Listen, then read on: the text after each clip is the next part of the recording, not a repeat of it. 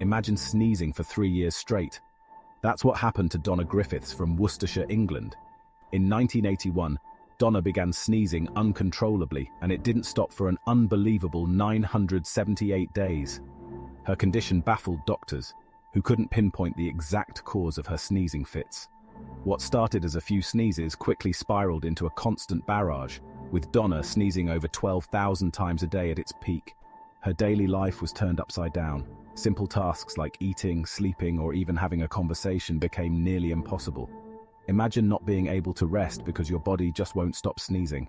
So she had to carry tissues everywhere and struggled with constant fatigue.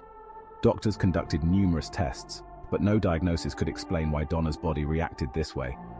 Despite all efforts, the sneezing continued for almost 3 years until, mysteriously, it stopped in 1983 as suddenly as it had begun.